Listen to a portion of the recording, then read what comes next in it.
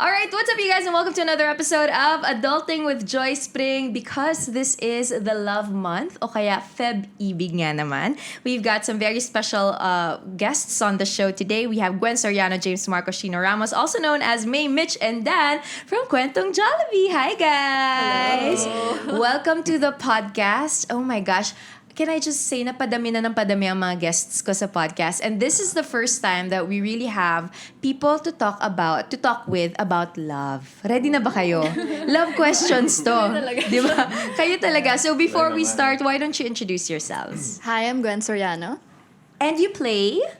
I'm Mae. Yes, and Mae, yung nanghingi ng space. Hello, I'm James Marco. I play Dan. Yung iniwan. Yan. Pero nagkaroon ng love life muli. Hi, I'm Sheena Ramos. I play Mitch, yung nanalo. Yeah! Tama. Ikaw nga talaga yung nanalo. Oh my gosh. Okay. So, I've watched your Kwentong Jollibee based on true events nga naman to. And it's called Space. I feel like this is one of those stories na talaga namang nakarelate yung maraming tao. So, kwentuhan nyo naman ako. How did you end up doing Kwentong Jollibee? And what was like your first reaction when you found out na this was a project that you guys are doing? Who wants to answer first? Wow, parang recitation pala to. Recitation. Sige. Well, ako Si kasi Mae. yung pinaka-unexpected. Like, they called me a day after my birthday and sabi na lang nila, pwede ka pa bukas. As in, bukas na yung shoot. Parang ganon. As in, super unexpected. And syempre, parang super happy. And then, nung nasa shoot na kami, as in, hindi pa nagsisink in sa akin na Kwentong Jollibee yung ginagawa ko. Parang wala lang, we're just shooting a short film. And then, after na lang, nung nagkaroon na kami ng, what do you call that? Nung Shinona, premiere. Yeah, dun ko na lang na-realize na, oh my gosh, I'm part of Kwentong Jollibee. Parang ganon. Yeah, I'm so overwhelmed and so blessed for that. Kakaiba yung feeling, no? Like, I always feel that way. Halimbawa, if you've been watching something your entire life, or even just for the past couple of years, diba? You're so aware of it on social media, and then all of a sudden, you find yourself a part of it. Exactly. Baliw! Nakakabaliw! Sobra. Ikaw, Dan, anong naramdaman mo? Dahil ikaw ata yung out of all the characters, ikaw yung pinang striking difference in person than your character. Yes. Parang si Dan is very loud, he's boisterous, diba? Confident, clingy. Tapos ikaw, medyo mas quiet, reserved in person. But all the same charming. Tell me more about how you felt. Actually, pinatawag ako nung agency ko. Morning yun, tulog pa ako. Nagising lang ako sa tawag niya. So, akala ko parang regular na final casting lang na audition for this one. Tapos, nalaman ko lang na Kwentong Jollibee, which is my super dream talaga. Talaga? Kasi I've been a commercial model for 4 years na. Tapos yun talaga yung dream ko, Kwentong Jollibee. Tapos yun, nung nalaman, sinabi ni Direk Dino, parang gusto kong tumalon. Pero syempre, hindi ko pwede ipakita. So, sa loob ko lang. Kailangan medyo parang professional tayo dito, bro. Wala lang. Okay, Kwentong Jollibee. Trabaho lang to, ganon. Yeah. Si Sheena naman, you're an actress, diba? So you do theater talaga. Yeah, I do. But I haven't done any brand endorsements in a while.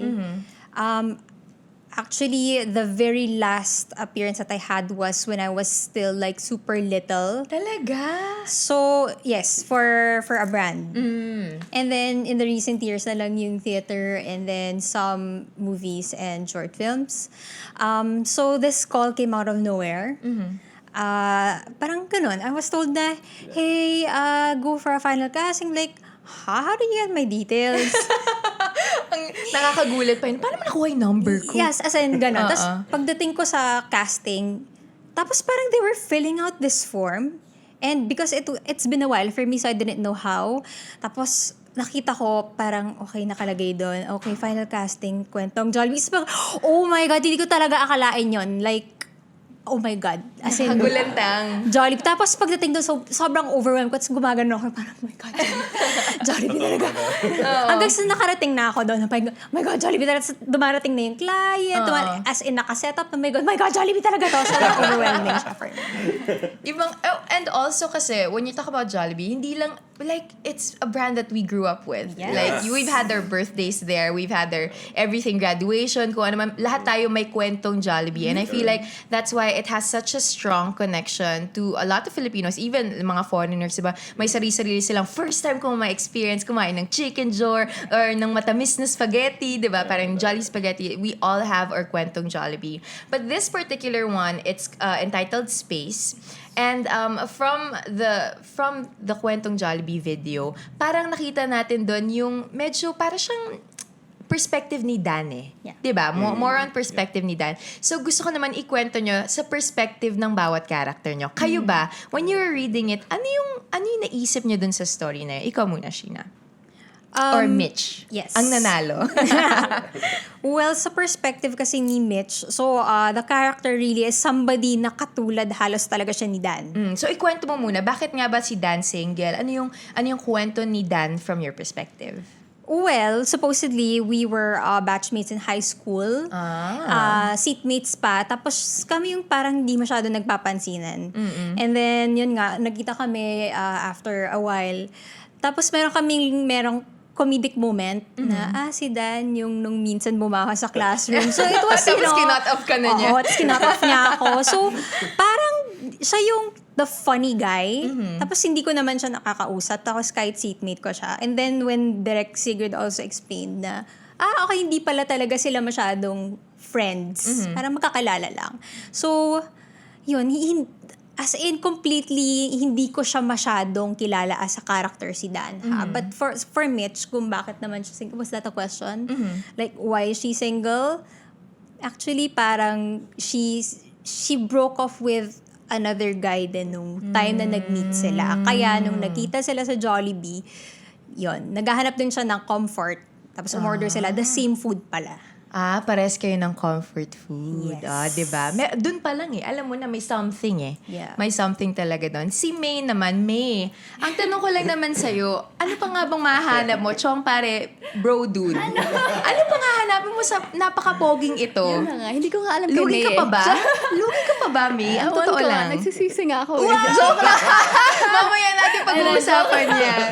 And then, kahit sa part ni Mae, siguro may hinahanap siyang something na, well, usually naman, meron sa parts natin na may hinahanap tayong something na hindi rin natin alam kung ano. Siguro kay Mae, nung sinabi niyang kailangan niya hanapin sarili niya, pero kasi there was a part na nagtitinder. So, hindi ko alam kung ano bang hinahanap ni Mae. And, pero, ayun, well, nagsisi siya at the end. Pero, nung nakita niya silang masaya, parang doon din nag-sink in kay Mae na tama lang din yung ginawa niya. Kasi, well, hindi naman magiging happy si Mae and si Dan kapag pinilit nila yung relationship na alam nilang, well, kind of one-sided na. So, ayun, letting go was the best option. Wow, letting go is the best. Space lang yung usapan ng Space una, lang di ba? pala. Biglang letting go Teka lang. Ano na nating sa lalim malayong lugar. Kayo ba? Have you ever asked for space from anyone? Ang lalim na nito Go, Tanahimik ka. Yes, Dan? Yes, Dan? Actually, ako yung inask ng space ng ex-girlfriend ko. Siya yung nanghingi ng space. Oo. Talaga? So, Kaya medyo nakarelate nakarelate talaga. Yes, sobra. Oo. Totoo? Nakarelate, yeah. Ang tanong, Dan, nakahanap ka ba ng Mitch mo pagkatapos Yes po. Yun nakahanap. naman! Tapos, actually, ganun din yung nangyari. Talaga? Nung nakahanap ako, yun, binabalikan niya ako. Oh my God! Pero parang wala na. Tignan mo. Same. Ikaw pala yung tunay na nanalo Yes. dito, Dan. Hindi pala si Mitch. Ikaw, Mitch, have you ever asked for space or ikaw yung hinihingan ng space? Well, there's this perspective that pag sinabi kasing space, parang bakit pa kayo magkaka-space kung magbe-break din naman kayo? So, it's like space is equals to, and some people, ganun yung Parang inisip nila. unti-unting break, Yun na diba? yun parang soft breakup siya. There were times that I was asked of that. But then in my, itong mga later years, I was thinking, okay, yung palang meaning talaga ng space can be sometimes good or bad. And it depends on the relationship. Like, for example, if your relationship is like strong enough to withstand that kind of space, then probably it's gonna be good for the two of you. Yeah. So it's gonna help you really grow. I think in May's perspective, yun yata yung gusto niya. Kaya lang nag-Tinder siya. Nag-tender siya. Nag-tender siya. But then, yun, parang it really depends on that kind of perspective na baka it's gonna help you grow naman, but it depends on the two of you. But there are some that cannot really handle that, so they'd rather break off. Okay, so kayo, on your personal perspective, when somebody asks for space from you, sa tingin niyo ba automatically break up na yon? Or meron talagang honestly, kailangan ko lang talaga ng konting space? Pag-usapan natin to after a couple of weeks or months. Sinong naniniwala dito na break up na yun? Sino dito yung naniniwala na tapos na? Parang lahat kayo naniniwala na tapos na kaagad, May? Well, I can't relate. Wow, Can't relate. NBSB. NBSB, Yeah. no boyfriend since Yeah. birth. Pero siguro, feeling ko lang. Wow. Opinion lang. Opinion lang. O, sige. Opinion ko lang. Siguro, it doesn't mean naman na break na agad. Kasi people need that na parang they need time. Siguro, may mga circumstances na magulo lang talaga yung utak natin or super stressful. Kailangan natin ng time to like recover or makapag-isip ng maayos. Yeah, Kasi that's minsan mahirap ayusin yung mga bagay kapag wala ka sa wisyo. I mean, wisyo in a way na Tama. magulo yung isip mo. Yeah. So I think you need time or you need space para ayusin mo na yung sarili mo at para maayos nyo yung sa inyong dalawa.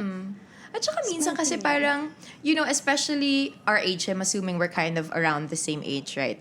When you're in your 20s and when you're dating, parang it gets overwhelming sometimes that you're balancing all of these things wherein you're trying to grow up and get out of your comfort zone. Kakatapos mo lang ng college, nagtatrabaho ka na. And then probably you have a relationship that you took from college and then you're trying to transition it into a phase na, eto na, nagtatrabaho na ako, may schedule na ako, may freedom na ako kahit pa paano, may sarili ka ng pera.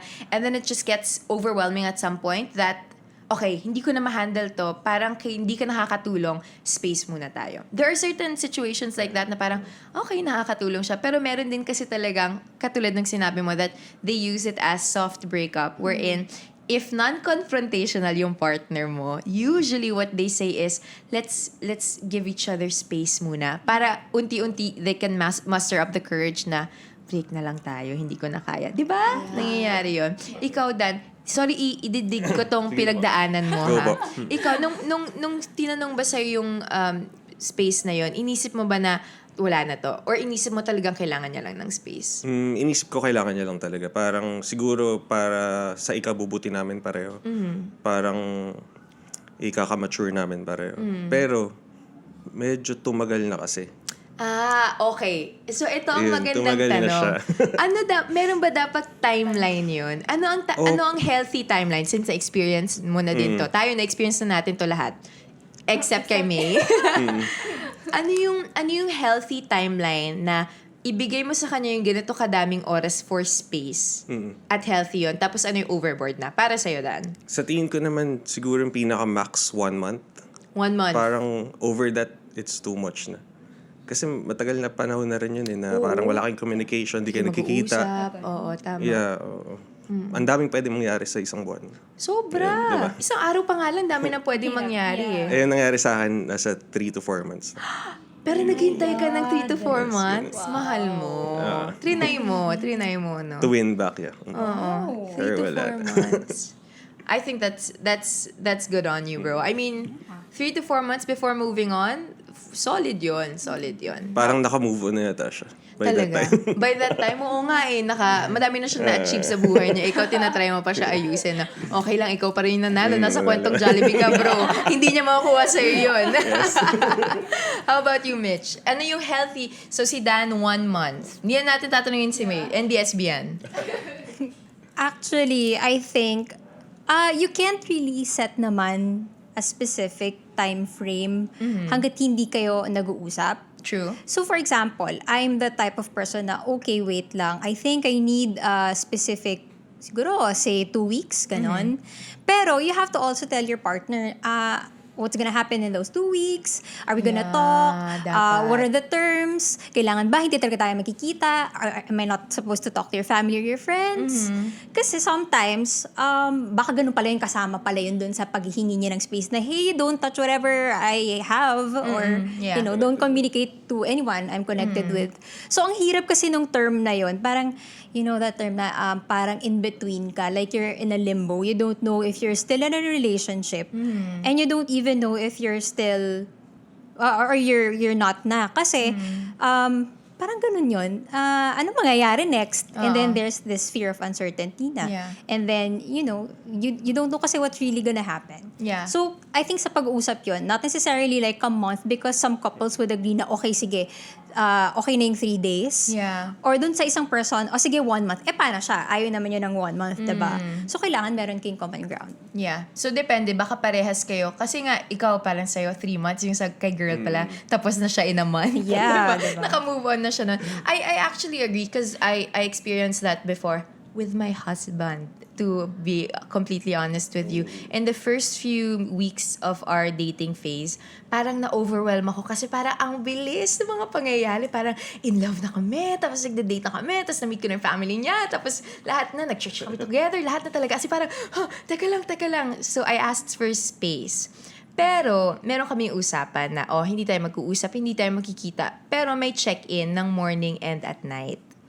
So, you say, good morning, I'm okay, ganyan, I hope you have a great day. And then at night, meron naman nakauwi na ako, good night. Diba? So, parang it's still, parang I think that's a healthy way of showing na you're interested and you want to work it out. But just to right at this moment, wala ka pa dun sa headspace na yun. And you're right, 1 month is too long for us. Kami parang 2.5 days lang kami nag-survive. Tapos, okay na yun, space na yun. So, nag-check-in kayo 2 days lang din. After 2 days, parang, okay na pala ako. Happy na ako. Pwede na, sige, balik na tayo. Okay naman, nagkasal naman kami. So, it all works out. But, okay, so that was the story of, Dan, Mae, and Mitch. And obviously, almost all of us, have like a sense of what that feels like. Parang ano nga ba yung feeling na yun na pag hiningan ka ng space na either makakahanap ka ng bago or katulad na sinabi mo, it also works out sometimes if you set the right boundaries. For you guys, ano yung best feeling or what was the lesson that you learned from being a part of this particular Kwentong Jollibee? Well, I learned na, yun nga, rejections are redirections. Lagi ko yung sinasabi. Wow, ang ganda. Ang ganda nun, Rejections diba? are redirections. Hindi mo lang masasabing walang boyfriend ever. Daming Nagpipinterest to, nagpipinterest. Kasi well, as in, hindi lang siya about love din, about life itself, and lahat ng Career, rejections. Yeah. Yung heartbreaks, it leads us to something better. That's true. Ayun nga, like, kung ibibase ko siya sa story namin, Space, if hindi na let go ni Mae si Dan, hindi niya ma-meet yung the one niya. Yun yung point. And then, minsan kailangan lang din talaga nating, alam mo yun, figure out talaga kung ano yung mga gusto natin para at the end, hindi tayo nagsisisi din. Tsaka parang hindi rin tayo nakakasakit, diba? Exactly, hindi rin tayo nakakasakit. May tanong ako sa'yo, Mae. Would you have wanted for Dan to still end up with Mae? No. Hindi? No. Parang Hindi iba kasi talaga. yung language of love nila parehas, Exactly. no? Yun yung napansin ko eh. Oo. Parang nakikita ko na hindi na na-appreciate ni Mae yung ginagawa ni Dan for her. And siguro, not exactly may gusto siyang iba na like ibang characteristics ng boyfriend or someone that she loves. Pero parang hindi na sila pantay ng love for each other. So, mali, feeling ko na mag-end up pa sila together. Tama. Yeah. Mapagbigay naman pala si Mae. Sa'yo na! Sa'yo na! Sa'yo na! Kasalanan naman ni Mae. Ikaw naman, Dan. Ako siguro yung natutunan ko dun sa story, strive for contentment talaga. Kasi wala talagang contentment ng tao, sa totoo lang. In social media nowadays, ang dami mong makikitang mas better sa partner mo. Tas ang dali niya, parang instant na ngayon ang relationships eh. Like, yun nga, may Tinder. Yeah. Mag-connect lang kayo. Yun, focus ka sa lahat ng best characteristics ng partner mo. Tapos, ano pa ba? Siguro natutunan ko rin dito sa story namin. It's our love story with the Lord rin. Parang kahit ano tayo, imperfect, He chose to love us na parang the best tayo. Ayan, that's so true. That's so Yun yung true. na-realize ko din. We love because He first loved us. Yes. That's, Yun yung nabibigay nating love sa mga kapwa natin. yeah, that's true. That's true. How about you, Mitch? I think what I picked up from this is you choose the people who choose you. Ang ganda So- naman. Pinag-isipan niyo ba yan? Hindi ko pinigay sa kanila yung question na to before the interview, ah. Ang ganda. Siguro kasama na rin kasi pag nag-internalize ka, so you really have to what are you gonna project on cam or even Yeah. as a character, like what the lessons your character has learned. So parang ganun din yung sa amin. And I really think na, yun nga, you choose the people who choose you because, kasi paano na lang, pag ipipilit mo talaga yung sarili mo sa taong ayaw naman sa'yo, sometimes, hindi mo talaga nakikita yun na, mahal mo lang talaga, yun at yun na yun, pipilit mo lang siya. Like, kahit hindi na siya nag-work. Yeah. So, yun nga, choose the people who choose you and also choose yourself. Yeah. Parang, at the end of the day kasi, I think, bumabalik pa rin siya dun sa self-love, like, kung ano sa tingin mo talaga yung tama sa'yo. Like, for me, yung pala yung tama sa kanya, I really needed space. And that's like an act of self-love. So, love in general can be many things. It can be love for self and also love for others Yeah. as well. Pero yun nga, parang it all boils down to, ano ba talaga yung gusto mo for yourself? Yeah, that's true.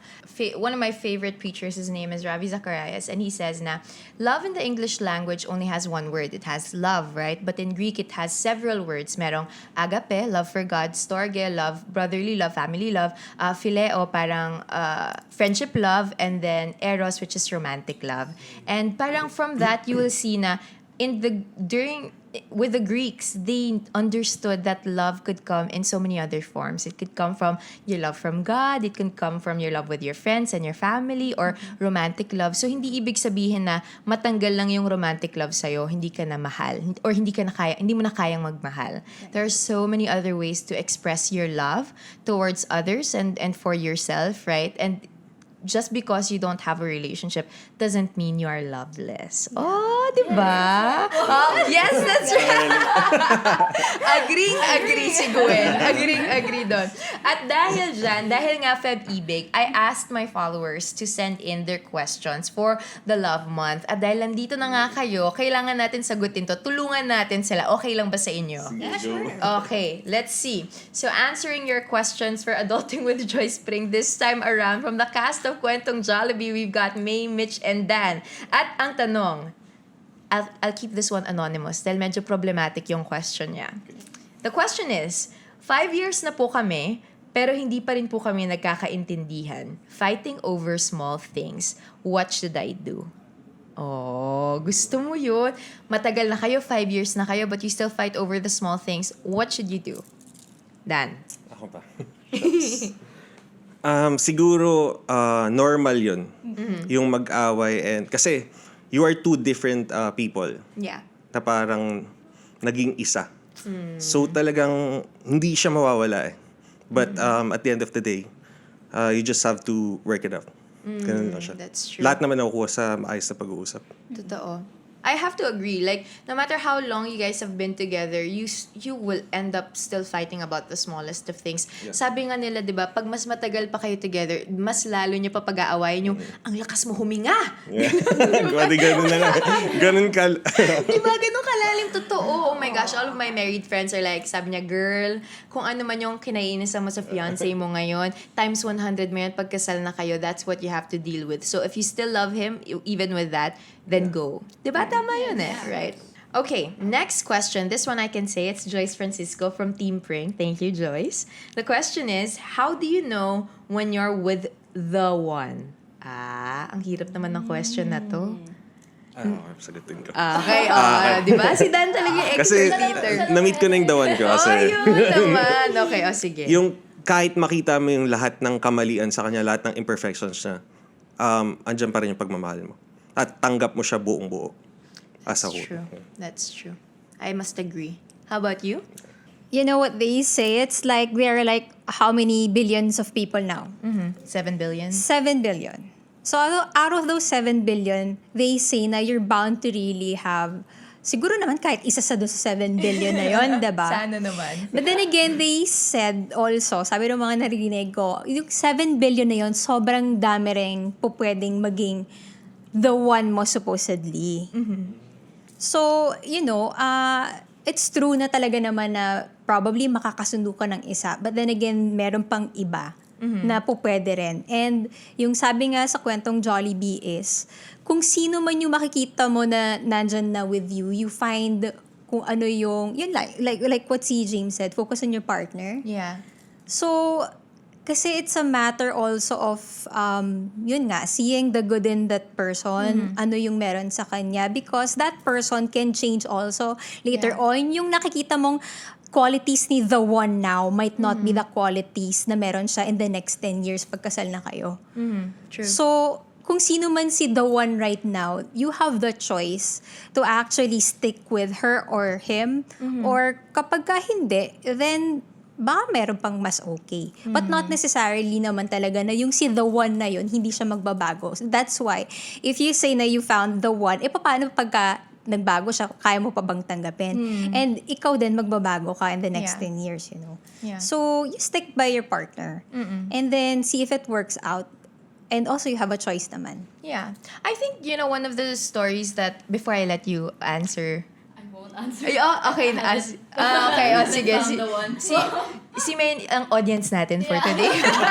Dito sa mga love advice na to. No, but I love the lesson of the story here. Yung sa space, di ba? Na parang, it's not about finding someone better. It's finding the best in the one. And that's what you both were saying. And I would actually want to echo that na it's constantly choosing the person that you chose. It's that everyday battle of no matter what changes you go through, no matter what mistakes you've done, no matter who you become, because we constantly change. They say that every 7 years, the entire cells in our bodies are different already, as in literal new being ka every 7 years. And so, everybody goes through that change, and the only time that person becomes the one is when you decided to be. And I think that's it, right? That's it's a decision every day. Parang love is a sacrifice, love is a choice, love is a verb. It isn't just a feeling, because feelings come and go. One of these days, 'di ba? I'm sure si Mitch mafo-fall out of love kay Dan, but that doesn't mean that she won't love Dan anymore, 'di ba? So I think that's that. That's what true love conquers all mean. It conquers even the smallest of things and the biggest of changes. Aww, kinilig ako dito sa episode na to. Si Jello, tingnan mo, kinikilig oh, diba? Ang saya naman. Okay, sige, ito na. Last question na natin from Team Pring. This one naman from Priscilla Villaflor. Ito, ang ganda ng question niya kasi very timely dun sa episode nyo na Space. How do you accept the person that you have, your partner, for the past things that they've done and the future person that they will become? One advice, paano mo sila ma-accept? Dahil true love conquers all ang team natin dito. May, kaya mo to. Naniniwala kami sa'yo. Kaya mo yan. Go me. In fury. Paano mo ma-accept? Paano kaya? Siguro, lagi mo lang ipapaalala sa sarili mo kung bakit mo mahal yung tao. See, maganda. Yan, wow, maganda. Maganda yung sagot. Wala akong pinahugutan. Walang hugot. Yeah, kasi parang, yun na nga sabi nyo, like, you always, like, focus on your partner. Parang, lagi mong iisipin, ba't ko ba mahal tong tao? Kasi nga, love fades. And then, yun nga, sinasabi mo, like, yung past, like, the mistakes, and in the future, kung magkakaroon man, you just go back to that. Na parang the reason kung bakit ko mahal tong tao at bakit ko kailangang, why do I need to hold on this relationship? It's good. Nakalain mo yun, Mia. Nakasagot yung bata natin. Mag-add na lang ako doon kasi ganun din naman yung pananaw ko. Siguro, you have to realize na mayroon ka ring flaws and imperfect ka rin para ma-accept mo yung taong imperfect sa paningin mo. Parang, it's, ano ba to? Give and take. Yeah. Give and take lang siya. That's true. Yeah. Very nice. And Mitch? You can't judge a person naman talaga kasi based on the things na ginawa niya sa past. Tapos past na yon. Yeah. 'Di ba? I'm sure may natutunan naman na siya doon sa past na yon. So, nagbabago at nagbabago nga yung mga tao, and also ikaw din as a person, nagbabago at nagbabago ka. So, you can't just say na, okay, this person, kung ano yung history niya before, i-repeat na naman niya this time. Yeah. Because you have to give credit naman to that person na, this person can change, or hindi na rin niya yung gagawin sa'yo kasi nga, ibang tao na yung kasama niya. And ibang panahon na to. It's like a different relationship altogether. I think, kailangan you have to have like an open mind when it comes to, things like that. You can't really judge a person. Tapos, yun din, sabi nila nga na dapat wala ka ring judgment pagdating sa self mo. Siguro dapat also you have this full self-acceptance na okay, meron din talaga akong mga mali. Yeah. So parang ganun. It's like a combination of both. Aw, great advice, you guys. Congratulations again for such a wonderful, incredible episode of Kwentong Jollibee. Currently, it has 28 million views and counting, more and more than 140,000 shares. I feel like a lot of people are so proud of you guys, and nakaka-relate naman talaga. So that's what we're gonna conclude the show. Would you guys like to plug your social media accounts? Para naman ma-follow nila yung real life. So, para ma-follow nila si Gwen, si James, and si Sheena. Ayan. Facebook account, Gwendolyn Marie Soriano, and IG at Gwen Melise. Yay! Okay. Facebook account, James Marco. IG, James C. Marco. Yun. On IG, I'm Sheenalogy. So that's all. Awesome! Thank you guys for being on the show. Thank you for being on Thank Adulting you. with Joyce Pring. And hopefully, now that you've found your the ones, kayong dalawa, May, ikaw na talaga ang susunod. Yay! Okay. Waiting! Ang susunod na Kwentong Jollibee. Alright.